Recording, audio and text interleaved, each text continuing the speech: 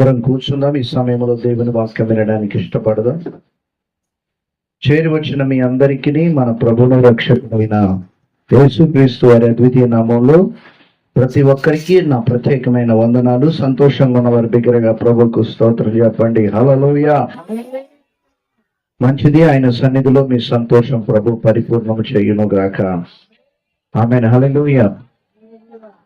ఈరోజు దేవుని యొక్క కృప, దేవుని యొక్క సన్నిధి మీకు, మీ పిల్లలకు, మీ కుటుంబాలకు తోడయుండి ఆయన కృపలో మిమ్మల్ని వర్ధిల్ల చేయును గాక.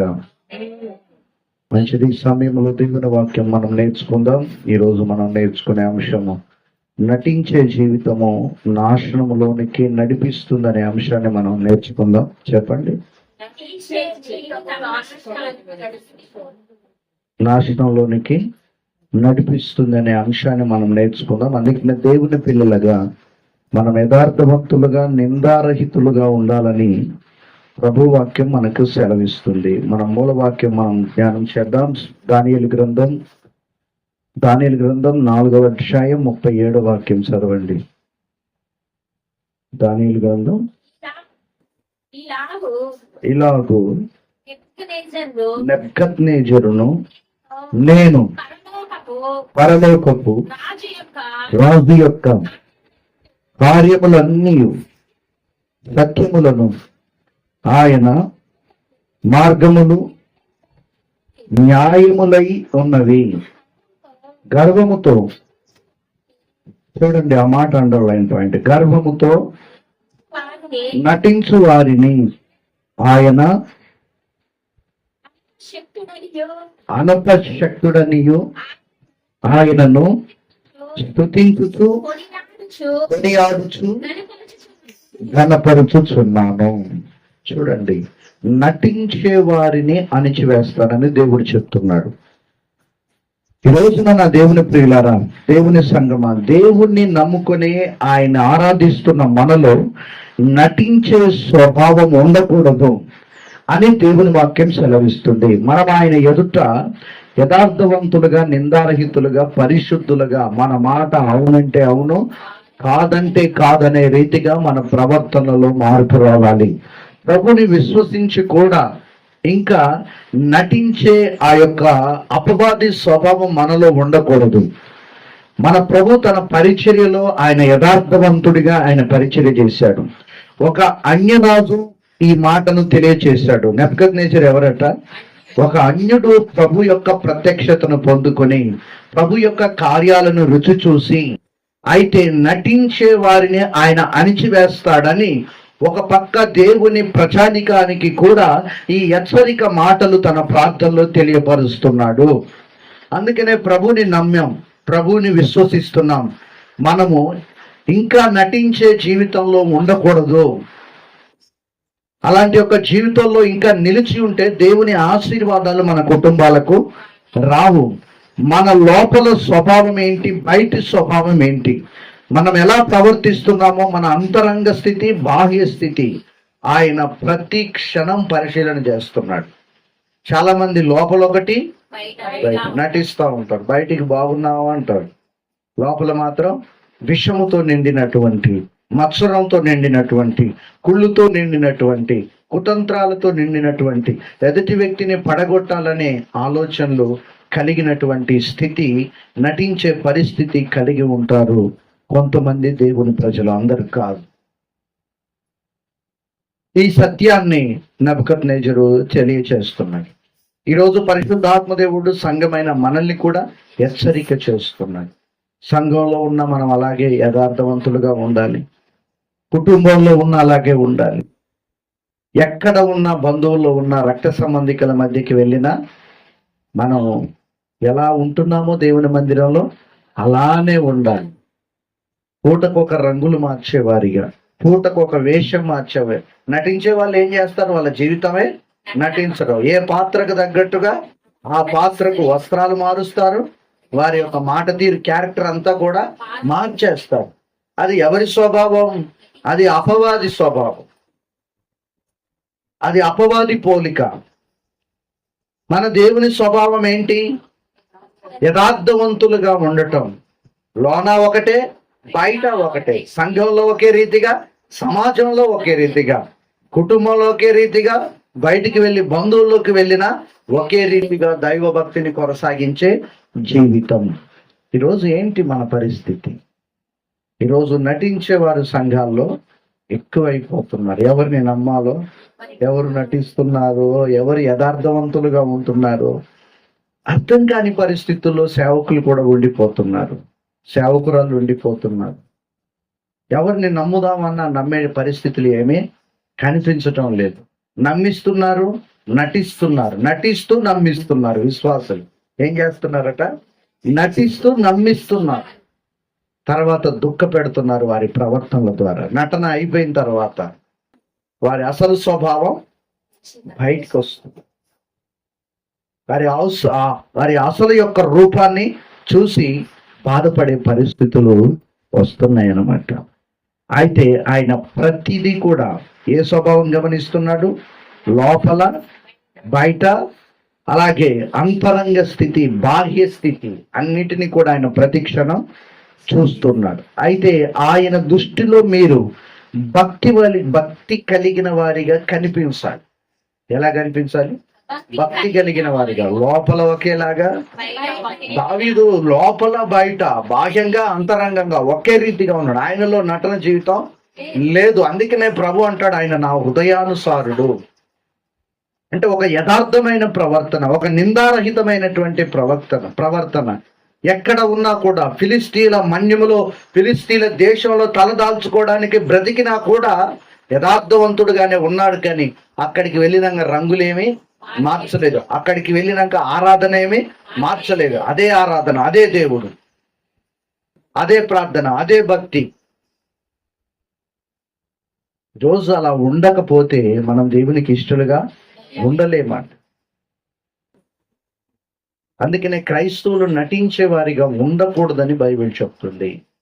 అందుకనే పోయిన వారం మీకు చెప్పాను ఏమనంటే, ఈ మధ్య సోషల్ మీడియాలో నటించే క్రైస్తవులు ఎక్కువయ్యారు. షార్ట్ ఫిలిమ్స్ తీస్తూ నటిస్తూ సంఘాన్ని తప్పుదోవ పట్టిస్తున్నారు, క్యారెక్టర్లు వేస్తున్నారు. దేనికోసం? విశ్వాసుల్ని బైబిల్ చదువుకొని ఇవ్వటం లేదు.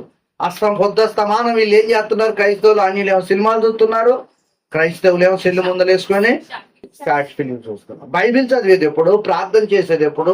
దేవునితో మాట్లాడేది ఎప్పుడు? గడిపేది ఎప్పుడు? సాతానుడు చిన్నగా దారి తప్పించాడు. షార్ట్ ఫిలిం చూస్తూ మళ్ళీ ఏమవుతుంది? కింద ఏదైనా కనపడంగానే అది చూస్తే బాగుండు. క్రైస్తవ్యం ఆల్రెడీ దారి తప్పించడానికి సాతానుడు అనేక మార్గాలు రచించాడు, వాడు ఏర్పరిచాడు. సులువుగా, నిదానంగా మార్గం తప్పిస్తున్నాడు. మార్గం తప్పించి దేవుని పిల్లల్ని ప్రార్థన చేసుకోకుండా, దేవునికి దగ్గరగా లేకుండా ఏం చేస్తున్నాడట? దూరం చేస్తాడు. వారి జీవితాలు నాశనంలోనికి నడిపిస్తున్నాడు. అందుకనే ఈ నటించే వారిని ఎవరిని కూడా నమ్మకూడదు. హల్లెలూయా. షార్ట్ ఫిలిం చేసే వాళ్ళు నిజంగా ఎడుతున్నారా? కళ్ళ కారం కొట్టుకోను, కళ్ళ నిమ్మకాయ పీసుకోను, ఏదో ఒకటి, నాకు తెలియదు కానీ ఏదో ఒకటి. అది నటనే కదా, అది నిజమైన పశ్చాత్తాపం కాదు కదా. అందుకనే ఎవరిని కాదు, యేసుని చూసి మన జీవితాన్ని కొనసాగించాలి. నటించే వారిని కాదు, యాక్టింగ్ చేసే వారిని కాదు. ఎవరట? విశ్వాసమునకు కర్తయు దాన్ని కొనసాగించు యేసు వైపు చూడాలి. మనం ఎవరి వైపు చూడొద్దు. నువ్వైనా నేనైనా అందరం కలిసి యేసు వైపు చూస్తే ఆయనలో మనకి ఏ లోపాలు కనపడవు. ఆయన ఎలా ఉన్నాడో మనం అలా బ్రతుకుతాం. హల్లెలూయా. దేవునికి మహిమ కలుగును గాక. ఆమేన్. అందుకనే ఆయన దృష్టిలో మనం ఎలా కనపడాలి? దావీదు ఎలా కనపడ్డాడు? యథార్థవంతుడిగా, నిందారహితుడిగా, భక్తిపరుడుగా, నా హృదయానుసారుడు. దావీదు చెప్పుకున్నాడు ఆ మాట. సాక్షాత్తు దేవుడు అతని గురించి సాక్ష్యం ఇచ్చాడు. ఇప్పుడు వాళ్ళ గురించి వాళ్ళు ఎక్కువ చెప్పుకున్న వాళ్ళు ఎక్కువైపోయారు, దేవుడు చెప్పేటోళ్ళు తక్కువైపోయారు. ఈరోజు మన గురించి అన్ని జనులు సాక్ష్యం చెప్పేటట్లుగా మన భక్తి మారాలి, మన విశ్వాసం మారాలి. ఎవరు మాట్లాడుకోవాలి మన గురించి? అన్య జనులు మన గురించి, నీ గురించి, నా గురించి, మన దేవుని గురించి వాళ్ళు సాక్ష్యం ఇవ్వాలి. మన దేవుని గురించి అన్యజనుడైన నెబుకద్నెజర్ సాక్ష్యం ఇస్తున్నాడు. ఆయన గొప్పవాడు, ఆయన శక్తిమంతుడని, సకల రాజ్యాలు ఆయన కిందనే ఉన్నాయని బలమైన సాక్ష్యం ఇస్తున్నాడు. యేసుక్రీస్తు ప్రభువారు ఈ భూమి మీద పరిచర్య చేస్తున్నప్పుడు బలమైన పరిచర్య కొనసాగుతుంది. అనేక మంది శిష్యులు ఆయన వెంబడిస్తున్నారు, కోకొల్లలుగా ఉన్నారన్నమాట. అయితే అందులో ఒకడు ఆల్రెడీ జాయిన్ అయ్యాడు. ఆ శిష్యత్వం చేస్తూ ఆయన వెంబడిస్తున్నాడు. ఆయన వెంట పరిచయం చేస్తున్నాడు కొన్ని నెలల నుంచి. ఇంతలో ఆయన ఒక గ్రామం గుండా ఒక మార్గం మధ్యలో నుంచి వెళ్తుండగా ఒక శాస్త్రి వచ్చాడు. ఒక శాస్త్రి వచ్చి, అయ్యా నేను కూడా నిన్ను వెంబడిస్తాను అని రిక్వెస్ట్ అడిగాడు. ఆయన అర్జించాడు. అయితే యేసు ప్రభు అతన్ని చూసి అంటాడు, ఆకాశ పక్షులకు గూళ్ళున్నాయి, నక్కలకు బొరియలున్నాయి, మనుష్య కుమారుడికి తలవాల్చుకోవడానికైనా స్థలం లేదని చెప్పేసరికి ఆల్రెడీ శిష్యత్వంలో ఉండి వెంబడిస్తున్నటువంటి వారిలో ఒకడు మాట్లాడతాడు కదా, అయ్యా మా నాన్న చనిపోయాడు. ఎవరు చనిపోయారు? మా నాన్న చనిపోయాడు, నేను వెళ్ళి పాతి పెట్టుకొని వస్తాను. ఈయన ఏం చెప్పాడు? ఎవరికి సమాధానం చెప్పాడు? యేసు ప్రభు ఎవరికి సమాధానం చెప్పాడు? అయ్యా నేను నీ సేవకు వస్తానన్నాడు ఒక శాస్త్రికి ఏం చెప్పాడు? ఆకాశ పక్షులకు గూళ్ళు ఉన్నాయి, నక్కలకు బొరియలు ఉన్నాయి, నాకు మాత్రం పడుకోవడానికి స్థలం కూడా లేదు అనగానే ఎవడు స్పందిస్తున్నాడు?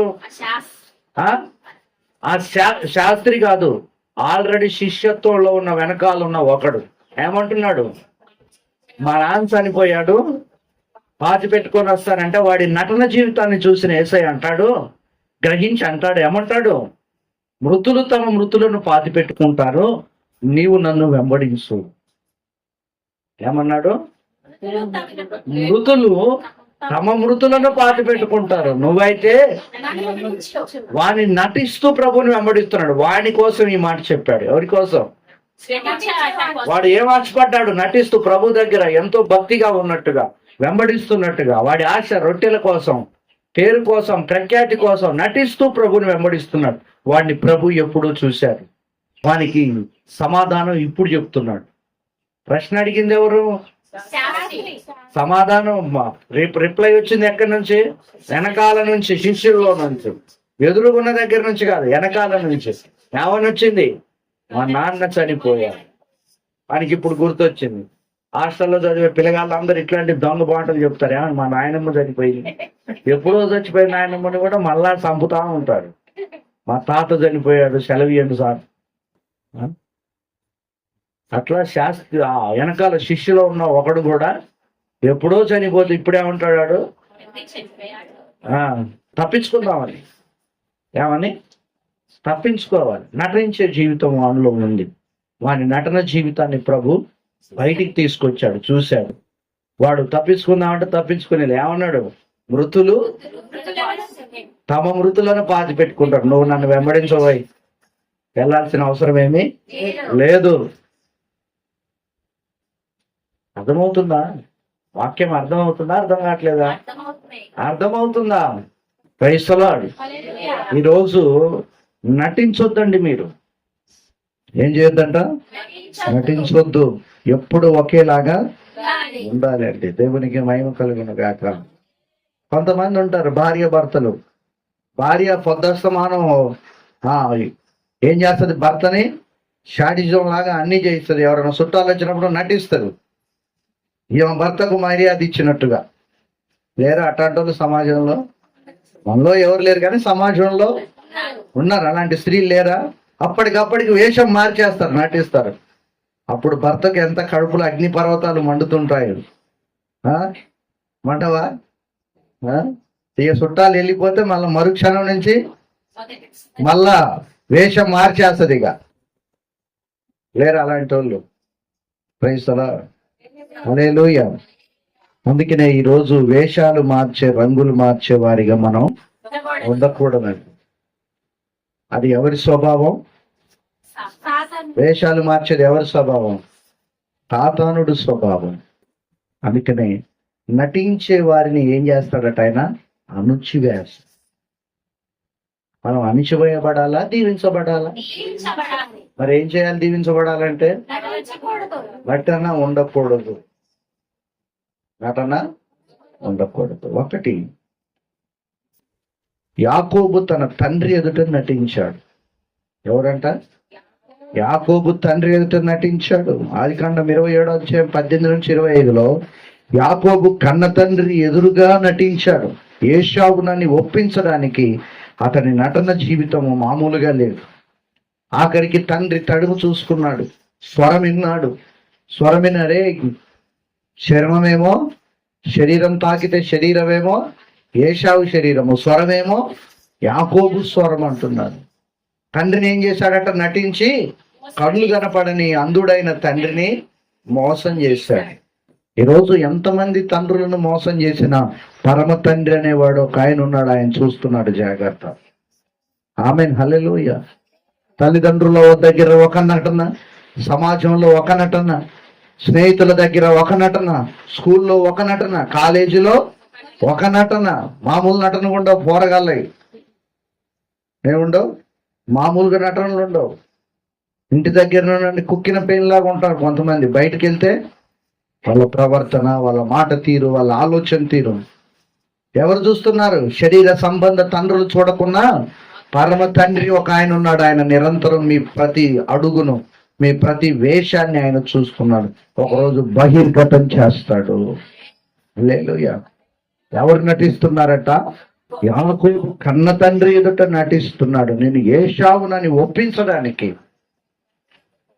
వచ్చి నా తండ్రి అని పిలవగా, ఏమి నా కుమారుడా, నీవెవరిని అడిగాడు? అందుకు యాకోబు, నేను ఏశావును, నటిస్తున్నాను, నేను జ్యేష్ఠ కుమారుడను, చేసి ఉన్నాను.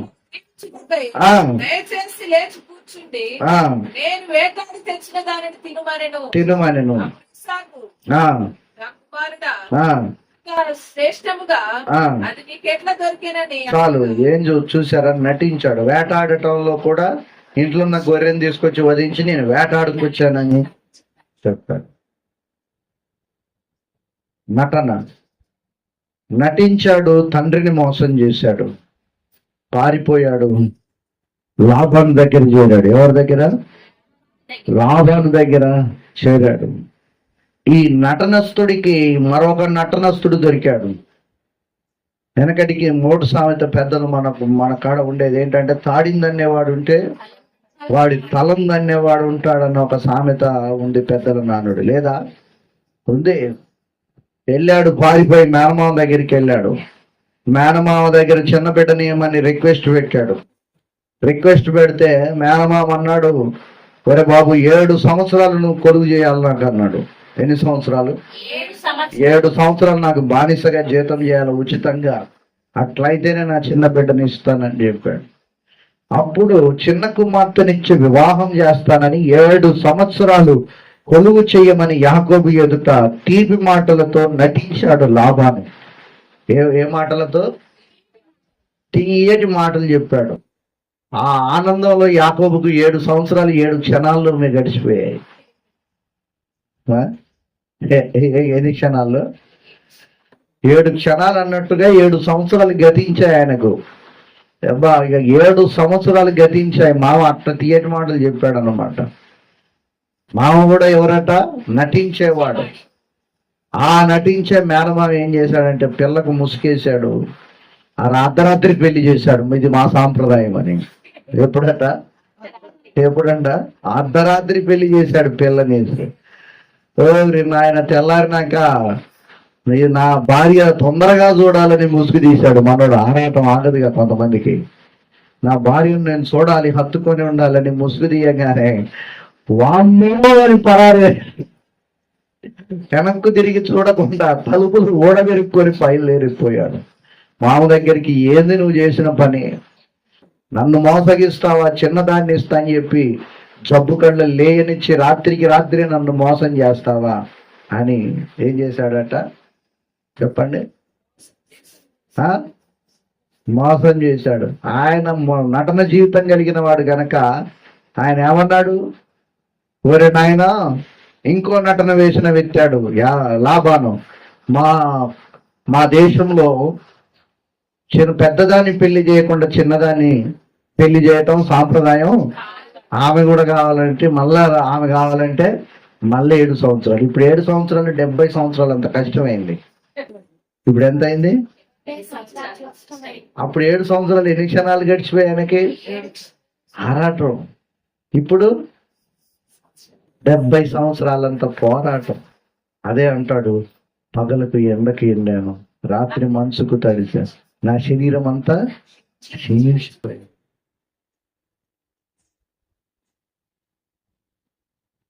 మోసగించాడు తండ్రిని నటించి, నాశనంలోనికి నడిపించబడ్డాడు. ఎక్కడికంట? నాశన జీవితంలోనికి నడిపించబడ్డాడు. ఈరోజు క్రైస్తవ్యంలో ఎంతమంది నటించి క్రైస్తవుల్నే మోసం చేసే వాళ్ళు లేరు. పాస్టర్లు లేరా? పాస్టర్లు లేరా? విశ్వాసులు లేరా? సంఘాలను మోసగిస్తున్నారు, సంఘాలను భ్రమ పెడుతున్నారు, సంఘంలోకి తప్పుడు బోధలు తీసుకొస్తున్నారు. కొన్ని రోజులు ఒక బోధ చేసి మరొక బోధన తీసుకు, అది కరెక్ట్ కాదు ఇదని డబ్బుల కోసం, తిండి కోసం, బట్టల కోసం దేవుని సంఘాన్ని విచ్ఛిన్నం చేస్తున్నటువంటి సేవకులు కూడా ఈ భూమి మీద చాలా మంది లేకపోలేదు. పూటకు ఒక వేషం మారుస్తూ, పూటకు ఒక చర్చి పేరు మారుస్తూ, పూటకు ఒక బోర్డు తిప్పేస్తూ లేరా? ఉన్నారు. ఏంటిదంటే ఇదంతా నటించటం. ఒక స్థిరత్వం లేదు విశ్వాసులకు కూడా. నటించటం, నమ్మించటం, నటిస్తూ మోసం చేయటం, మంచి వాళ్ళమని వాళ్ళని మోసం చేయటం, వీళ్ళని మోసం చేయటం, చిట్టీలు కట్టించుకోవటం, డబ్బులు బదులు అడుక్కోవటం. ఏంటంట? మోసం. ఏం చేస్తున్నారు? ఆఖరికి నటిస్తున్నారు. మంచి వాళ్ళలాగా, సౌమ్యుల్లాగా, నీతిమంతుల్లాగా నటిస్తున్నారు. తర్వాత అసలు రూపాన్ని బయటపెడతారు. అందుకనే యాకోబు జీవితం తండ్రిని ఏం చేశాడట? మోసగించాడు. ఆఖరికి అతనేమయ్యాడు? మోసగించబడ్డాడు. ఈరోజు మనం తిండికి గింజలు లేకున్నా అడుక్కొని తిన్నా పర్వాలేదు, కానీ ఒక వ్యక్తిని జీవితంలో ఎన్నడూ కానీ మోసగించొద్దు. మన ద్వారా ఎవరు ఫలాని వ్యక్తి ద్వారా నేను మోసగించబడ్డాననే ఆ సాక్ష్యాన్ని మనం సంపాదించుకోకూడదు. నరకానికి పాత్రలం అవుతాం. నటిస్తున్నారు. భర్తలు భార్యల దగ్గర నటించి భార్యలు ఏం చేస్తున్నారు? మోసం చేస్తారు. భార్యలు నటించి భర్తలు ఏం చేస్తున్నారు? మోసం. రకరకాల మోసాలు. ఇవి అన్యుల్లో ఉంటే మనకు సంబంధం లేదు, కానీ ఇవి దేవుని పిల్లలమని చెప్పుకుంటూ నటిస్తున్న వారిలో ఉండటం చాలా దౌర్భాగ్యమైన పరిస్థితి. ఏ పరిస్థితి అండి? దౌర్భాగ్యమైన పరిస్థితి. అందుకనే దేవుని పిల్లలారా, ఈరోజు మన స్వభావాలు మార్చబడాలి, మన పరిస్థితులు మార్చబడాలి, నటనకు స్వస్తి చెప్పాలి. ఎక్కడైనా మనం ఒకే రీతిగా ఉండాలి. ఆమేన్. హల్లెలూయా, హల్లెలూయా. ఆయన ఏం చేస్తాడంటే, ఒక రోజు వస్తుంది, వేషధారణ భక్తి అంతా కూడా ఏం తీసుకొస్తాడు? బయటికి తీసుకొచ్చి నిన్ను దేవుడే నిందల పాలు చేస్తాడు. జాగ్రత్త క్రైస్తవులారా, సేవకురాలారా, అందరికీ కలిపి చెప్తున్నాను. ఒకప్పుడు ఏం చేస్తాడు? నీ వేషధారణ అంతా కూడా బట్ట బయలు చేసి నిన్ను నిందల పాలు, నిన్ను అవమానాల పాలు చేస్తాడు. ఆయనే చేస్తాడు. ఈ క్రైస్తవులు కూడా నటించే వారిని ఎక్కువ నమ్ముతారు. విశ్వాసులు కూడా ఎవరినంట? ఇప్పుడు ట్రెండ్ ఎట్లా తయారైందంటే, పాస్టర్ వచ్చి కళ్ళు మూసుకొని వాళ్ళ ఇంట్లో ఏం లేకుండా మీ ఇంటికి ఎవడో ఏదో చేశాడని ఇంకో ప్రాపగాండ సృష్టించాలి. వాళ్ళు ఇక అట్లా తృప్తి ఉంటుంది విశ్వాసులు. ఒక నిజమైన సేవకుడు ఏం చెప్తాడంటే, దేవుడు నీతో ఉన్నాడు, నువ్వు బలమైన ప్రార్థన పరురాలిగా ఎదగాలి, నువ్వు ఉపవాసం ఉండాలి, నువ్వు సంఘ సహవాసంలో ఉండాలి, నీ ప్రార్థన ద్వారా నీ కుటుంబంలో అద్భుతాలు చేస్తాడండి ఒక నిజమైన సేవకుడు చెప్తాడు. ఒక నిజమైన సేవకుడు చెప్తాడు ఈ మాటలు.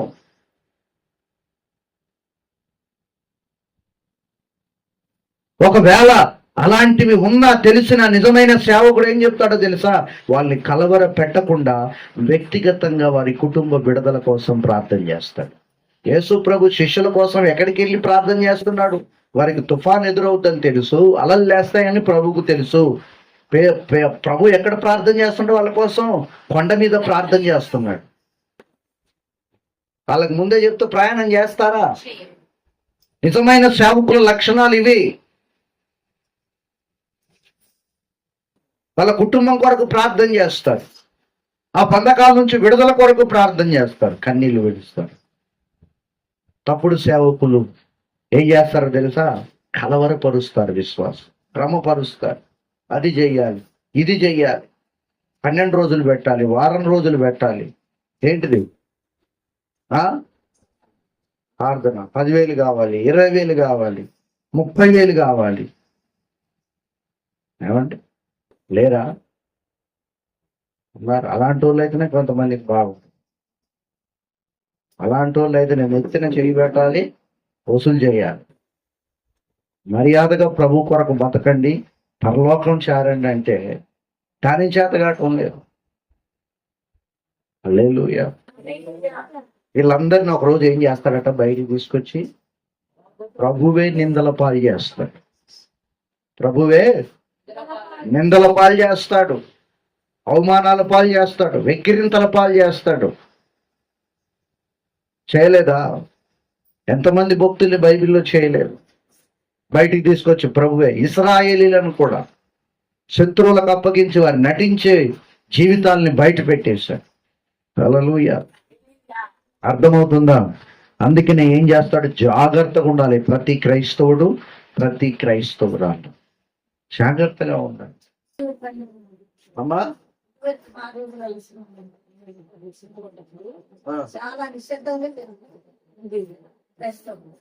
ఇప్పుడు లేదు అంటున్నాను.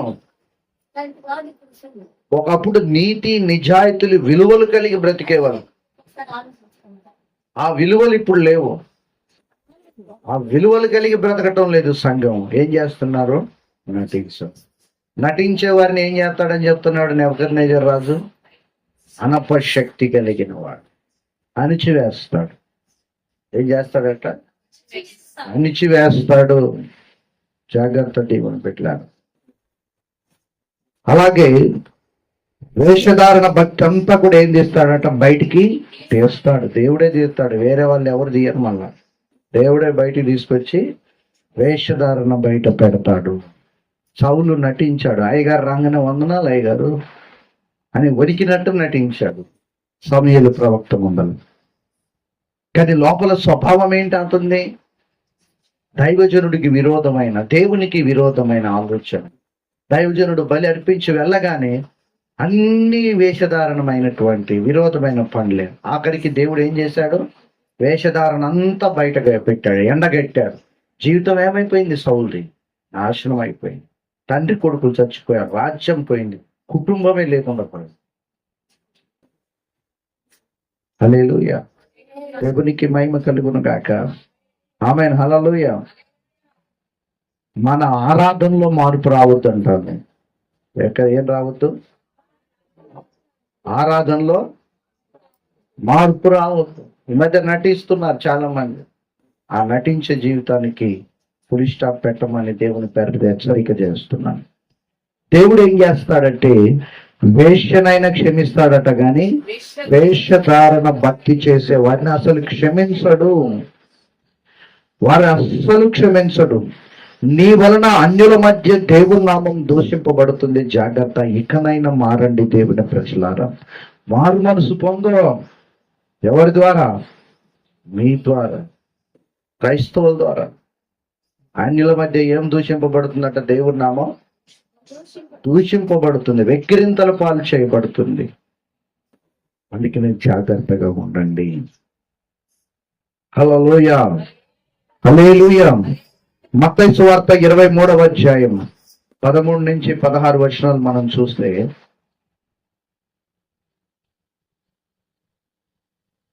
మత్తయి సువార్త 23వ అధ్యాయం. అయ్యో, అక్కడ వారిని నిలదీస్తున్నాడు యేసయ్య. అయ్యో వేషధారులైన శాస్త్రులారా, పరిచయులారా, మీరు మనుషుల ఎదుట పరలోక రాజ్యాన్ని వీధులు మూస్తారు.